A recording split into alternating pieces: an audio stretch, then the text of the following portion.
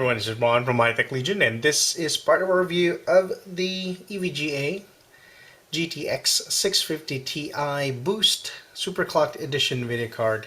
And this application is the EVGA Precision X software. This is the version 4.0, available for download via EVGA's website, or if you have purchased the EVGA GTX 650 Ti Boost Superclocked Edition video card, then it will be bundled in a disc.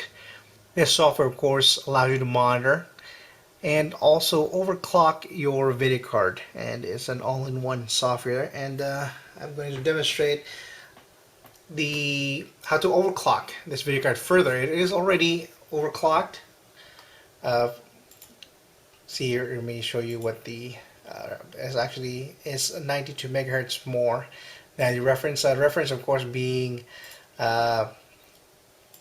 980 megahertz core for the GPU clock. This one clocks in, let's see here, it clocks in at 1058 megahertz. You can see the GPU clock there. Of course, the dynamic boost, it will boost further than that, depending on the application. I have Unigine Heaven running in the back. I have it. Let me see my settings here. I have it on extreme, and X4 Ultra quality. Now I'm going to leave that running while I have the precision software here, so that I can it essentially will test. We'll have the benchmark running. Just press F9 here, so it's benchmarking. And while you're doing that, you have the EVGA precision software here in the forefront, so that when it crashes, then you know our overclock went over the limit. Just a quick overview of what this software can do. Probably wondering that the layout is slightly different compared to other software. This is actually, I was first surprised by the layout, but after using EVGA Precision X, I have come to appreciate it. As you can see in the middle right here, you have all the information for GPU clock and voltage. Now normally you would set your power target from 100% to 110% as maximum to kind of allow more headroom for overclocking.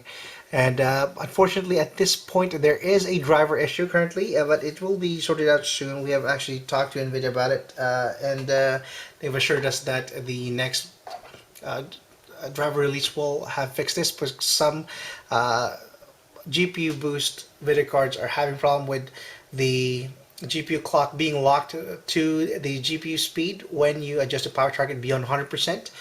Such as the one I have right now. Some don't have this feature, some don't have this problem, but my card specifically right now has this problem. So I'm going to show you how to overclock it without adjusting the power target. I've overclocked it using the GPU clock offset and the memory offset, and it was still pretty good. I've actually have you see the power target here. Overclocking with video cards such as the Kepler series that have boost functionality is slightly different if you're used to the older series video cards, which essentially, if you adjust the clock rate or the memory clock speed, that will be the actual value. With the Kepler and the GPU boost functionality, you adjust using offsets, and what that essentially does is it show you can the same thing. You can type it in directly or adjust using the sliders. You can decrease or increase. And combined with the power target, of course, power target is allowance, and the GPU temperature, which also, of course, the limitation of the temperature and the power availability will determine the amount of boost that will be pushed. For example, for this one, you can see the icon here is the default GPU clock, and let me just set default here. And then it is able to boost further if the GPU temperature and the power target allows for further, can reach up to this level right here. Of course, when you make your adjustments with the power target allowance, and you can also adjust the CPU fan speed so that you maintain the temperature within at least lower than 70%. Then you will get a very good result with your GPU boost adjustment. Now, in order to do that, you can't adjust the GPU boost directly, but you can offset the GPU clock. Now, I have my preset here. At the bottom, let me just show you. You can see the profile target there and the GPU clock level. Of course, it's defaulting to 1071. even though it's running, because I had that issue. Let me just downclock it again. As you can see, when I moved it away from that, my GPU clock is running at the boost performance. Even if I lower it, now I lower it to 99, you can see that it moves forward. That was the issue I was talking about. It's not even supposed to do that. The problem with this, of course, is that we will be hitting our power target limit instead of allowing us to overclock with this bug. I have my profile here that I saved, which was actually the maximum I got with this card with the power target allowance. Let me adjust the power target here because it's limiting us to 1071 again. See, if I lowered it just to 99, you can see the amount of GPU clock I can reach with the Yunjin Heaven benchmarking in the back. Let me just go to performance log here again. As you can see that from 1071, the locked rate, I'm getting up to 1200. Okay, let me run my benchmark actually finished here. I'm just gonna benchmark it again here. You can see that it didn't crash. Even I am running the GPU here. Of course, with my GPU temperature is already pushing 76 degrees. That's why you can see the GPU clock teetering between 1201 to lower, because of course it doesn't have enough room to maneuver there. And of course you can see that our power target is reaching 97, 99%. We're hitting that level as well. So if you want to have to lower that temperature, keep it below 70 or 70. Within that, you will get a much higher boost clock. Let me show you that, and I should get around 1215 or a bit more megahertz here, even with the power target limitation.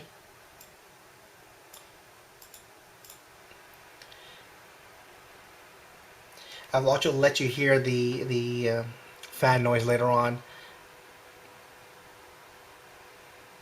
Okay, wait till I'm seeing if my GPU clock can be boosted further if my temperatures are lower. My room is a bit hot now because I've been overclocking for hours, so don't judge this video card temperature with what you're seeing, because what you're gonna get is different. I also put it in a different case right now with a lower RPM fan, so I can demonstrate the fan noise later on.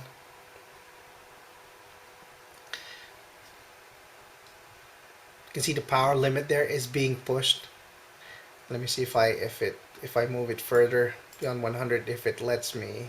See, it goes back to go back down and then move it back up again.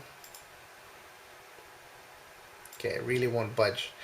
That bug is really preventing me from overclocking it right now. But other than that, I am getting, as you can see, I got plus 64 and 160 on the memory, which is pretty good already from a card is already factor overclock.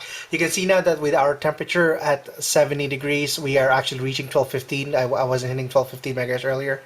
You can see that's teetering with 1201 to 1215 now. Now that our temperature is at 70 degrees, if I can, that's what I was talking about with having the balance of temperature and power target. I could even push this further definitely if the power target is not giving me problems. If in a future driver it is fixed, I will be able to push it further.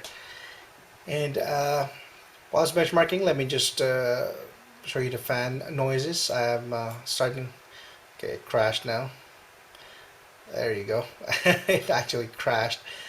So I was playing around with the power target earlier, but it was a minor crash. Actually, it just froze a bit. Let me just hit default here. Let me stop benchmarking for a bit.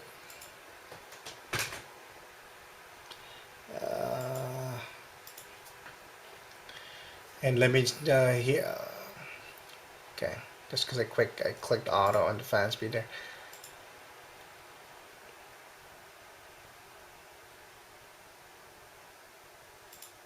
I hit default on everything. Ignore the CPU temperature right now.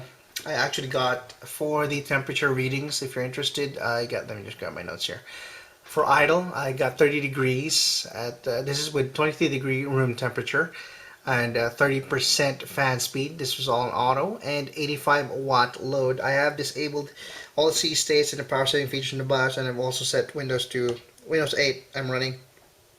I have set it to high performance, and I got 85 watt idle. I only have one drive there. I got an SSD drive. I don't even have an optical drive, just pretty much bare bones, so it's pretty light. Uh, for a load, this is with the stock. I got 74 degrees was the temperature I got, and the fan speed reached 49%, and the load was 199 watts. So that's pretty good that you can have a low power supply. If you're just having a base system, you don't need. I have an 80 plus gold power supply, so that's pretty efficient. And with the OC, I got overclock was 32 idle and 30% fan speed and 86 watt load. And the load overclocked temperature was 78 degrees and 50% fan speed. 50% was still pretty quiet, and 204 watt load. Now I'm gonna let you listen to the fan noise here. As you can see, it's down to 30 degrees now. I'm going to shut up, and I'm going to keep on moving it up 10%, so you can hear it. People have told me that they couldn't hear the noise from my previous ones because I was showing the real world value with the card in a case, and you can barely hear it. I have the fan, rather the video card, close to the camera. It's about 17 inches, but I have the case open, and I have the case with undervolted fan, so you'll be able to hear it a lot more better. But I have to tell you that the 650 Ti Boost runs fairly cool anyway, so you really won't be reaching that high temperature. So I'm going to shut up now, and I'm going to disable this auto and move the curve 10% until it reaches the maximum.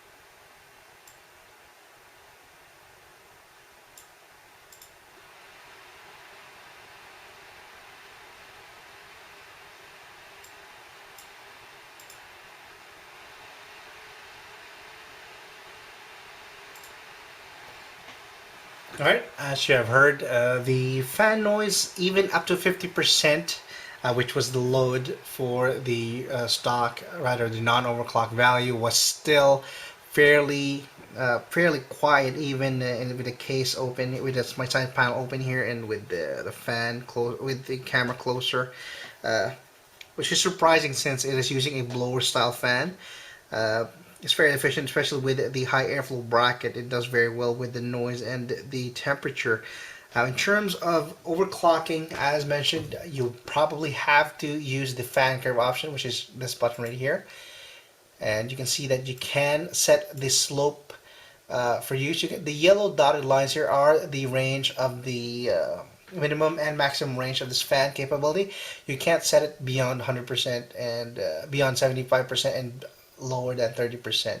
That's just the fan here, and you can adjust this however you want. You can step value, or you can curve it as a slope, and you can add points depending on how you want it. Of course, adjust it if you're going to overclock. Adjust it so that it prevents your temperature from reaching beyond 70, so that you can, as you saw with the overclock value, so you can maintain a higher GPU clock boost compared to with the temperature reaching beyond 70, because there isn't enough headroom for the GPU boost to work. That's how GPU boost essentially works, is through the headroom provided by the temperature and the power target here.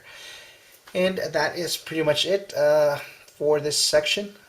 There is, you can see here, some more features for this for the software is that you can some monitoring options here. We'll bring it up. You have voltage and tweaks. I haven't adjusted the voltage. I haven't added voltage at all. But for other cards, you can overvolt or have the K-boost functionality, which essentially locks your boost clock voltage even on 2D mode. Because when you're, as you can see there, I have in 2D mode and it down clocks to save power. You can just lock that using that feature. You also have profile saving here, up to 10 values. You have a frame rate target, which is quite useful for limiting the power consumption. You can, for certain applications, maybe for HPC, you want to enable frame rate limit here. You can limit it to 45 frames or 60 frames, however you want, but it is still a neat feature to have. Well, other than that, that is pretty much it. Let me just show you my final overclock here, which was stable with the fan curve. Also, not a fan curve. As I mentioned, it crashed because my room is quite hot right now, and I don't have my fan curve set. I had an auto. I had a custom fan curve with which was quite steep, and I had to basically keep the GPU temperature at 66 degrees in order for it to overclock to work properly. Other than that, this is Ron once again, High-Tech Legion, signing out. And you can click on the link below for the full review. You can read my full review of the EVGA GTX 650Ti over superclocked, around 650Ti BOOST Superclocked video card. And also you can leave questions or comments below. Also click on the info for my overview and the review video. You can show my benchmarks there, and you can see me unbox the EVGA 650Ti BOOST Superclocked video card, and you can see the contents inside. And also leave us questions or comments. Subscribe on Facebook, facebook.com/hightechlegion. Facebook.com/HLReviews.